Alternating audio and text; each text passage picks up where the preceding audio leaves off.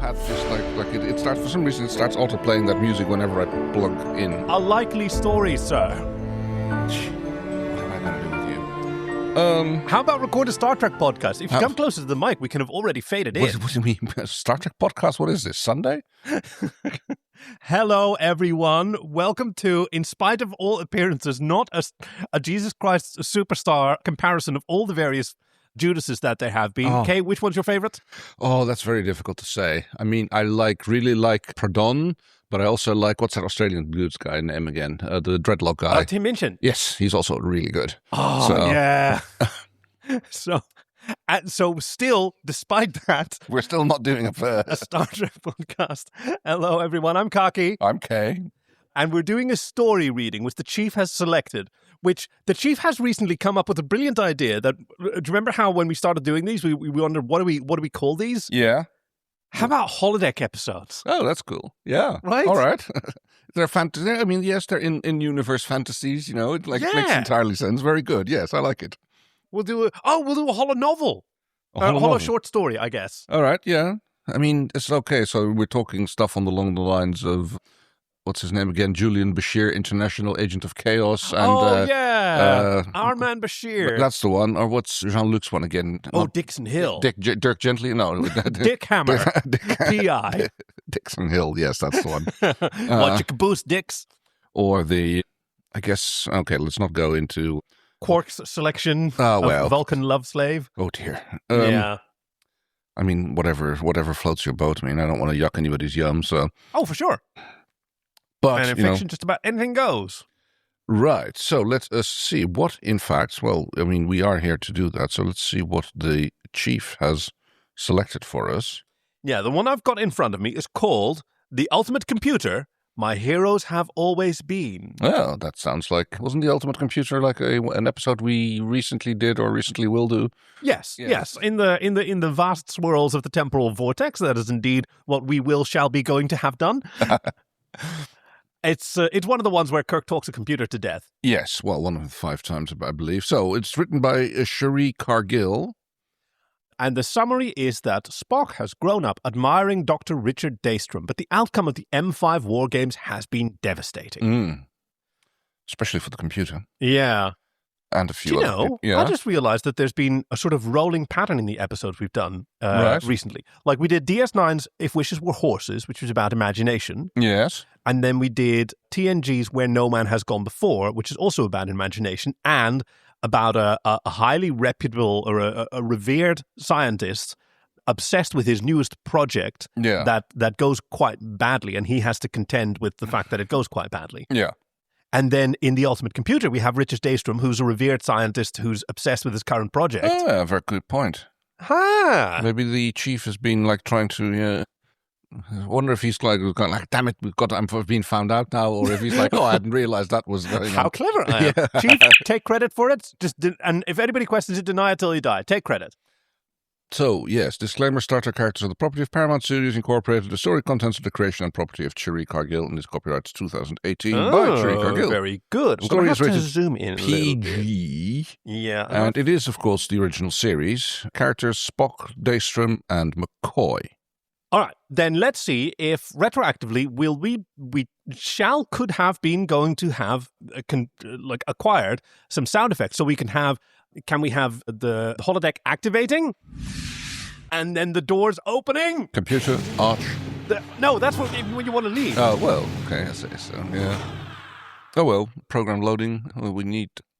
what's her name again in here? Rachel Barrett. That's the one. Yeah, she always livens up every party. Well, especially when she's playing a beta set. Anyway, The Ultimate Computer, My Heroes Have Always Been by Cherie Cargill.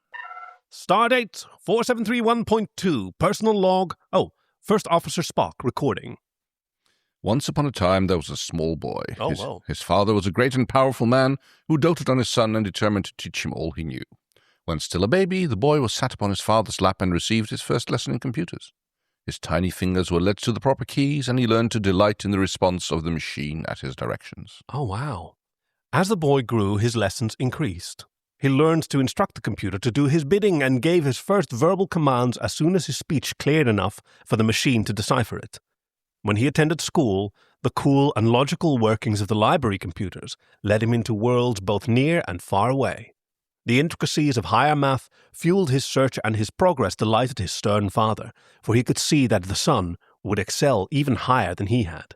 The father enrolled his 12-year-old boy in the first courses of the Daystrom Institute, and there the son felt his mind open as it never had before. He understood the math and logic and workings and fed off the complex applications as if feasting on ripe fruit. By the time he was an adult and was determining the path of his life, he already held a degree in deutronics and was beginning to work on an advanced degree, all before he was 17. The proud father expected him to continue his studies and eventually teach at the Vulcan Science Academy, as he had himself. But the son had grown rebellious. He had seen the vastness of the universe outside his home world and would not be contained there. After exploring his options, he made the logical choice of becoming part of an organization that would allow him to reach out beyond the limitations offered him at home. His mother had supported him, quoting an old verse from her planet: "A man's reach should exceed his grasp, or what's a heaven for?" The son did not understand it fully, only that his mother was supportive of his decision. It caused a permanent rift between the son and his obstinate father, but he knew what he must do. As he went through Starfleet Academy training, he continued to work on his advanced degrees, and one day he saw the man responsible for the past of his life. One day a new hero appeared, a man he had known only through books and study, but had never met. That day the son was one of 1,000 cadets gathered in the Academy auditorium to hear the creator of Deutronic computer systems speak, Dr. Richard Daystrom himself. He was a tall, aristocratic, dark-skinned human, not significantly older than the young men and women he addressed, but with the brilliance of a sun when they were only fireflies. The young man was dazzled, and although he never met the professor face-to-face, he buckled down even harder in his studies, which were in addition to his Starfleet training. The degrees mounted up as the midshipman finished his studies and was commissioned an ensign. Because of his academic brilliance, the new officer was signed to teach computer science at the Academy, even though he had not received his first ship assignment. He now held a doctorate in Daystrom Deutronics, an A5 rating. There was more still to learn, and he watched as Dr. Daystrom was awarded Nobel and Z. Magnese prizes for his work. But then, nothing more. The ensign taught and studied and earned degrees in astrophysics and the next level of duotronics, now an A6 rating. He watched and waited for Daystrom to reveal his next invention. The ensign was promoted to Lieutenant JG, and still he watched, following his hero from afar. He and others wrote brilliant papers on Dr. Daystrom's work, building off the professor's achievements, but gradually the years went by, and there were only rumors of failure after failure, and people began to laugh. The lieutenant did not. It was not only not the Vulcan way, but he truly admired the computer genius. Then one day there was a new class of starships launched, and the Daystrom Deutronic system had been built into them. The young Vulcan was promoted to full lieutenant and assigned to that ship as a science officer.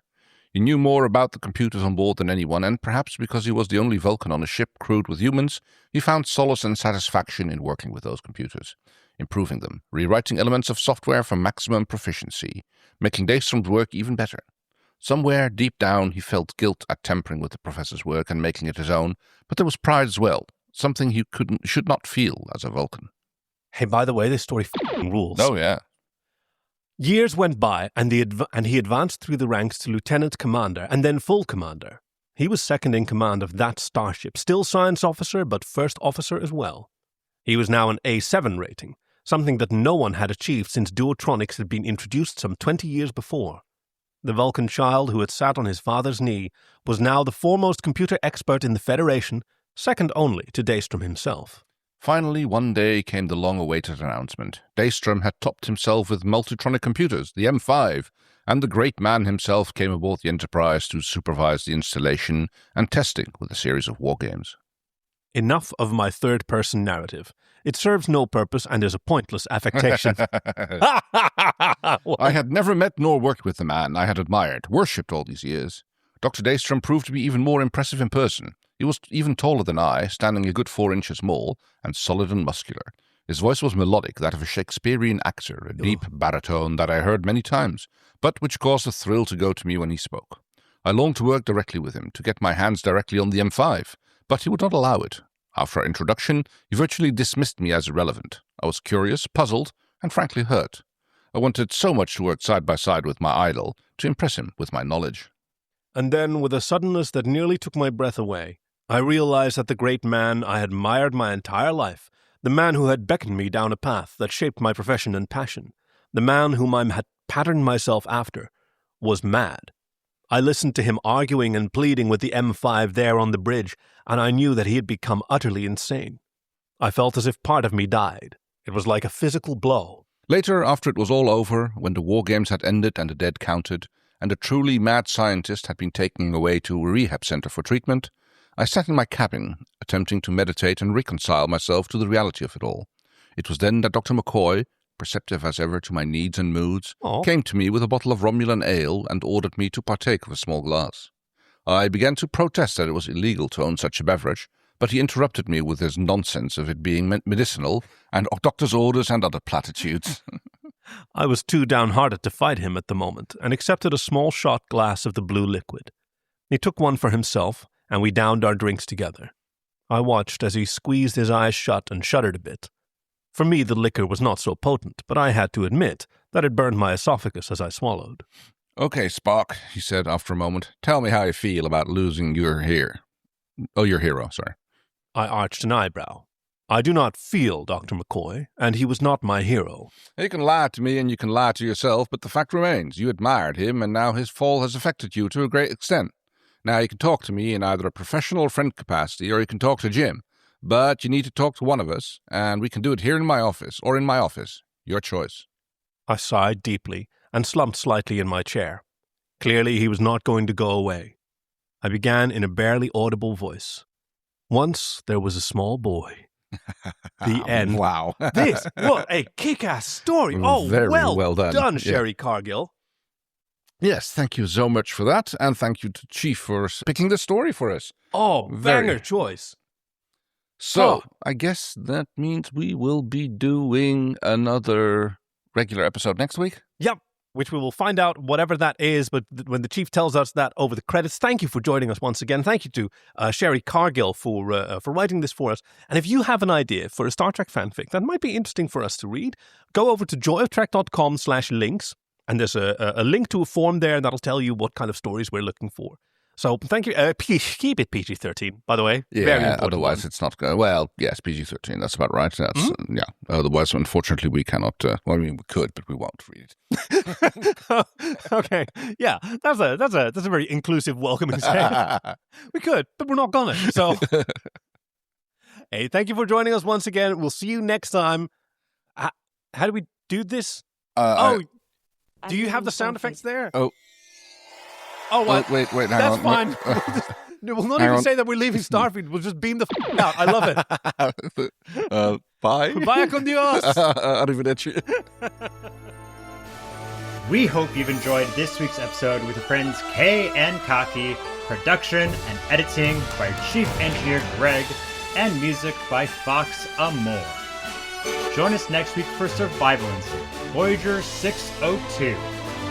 Visit joyoftrek.com/links to send us your recommendations, support us on Patreon, or to find us on Blue Sky. We'd love to hear from you.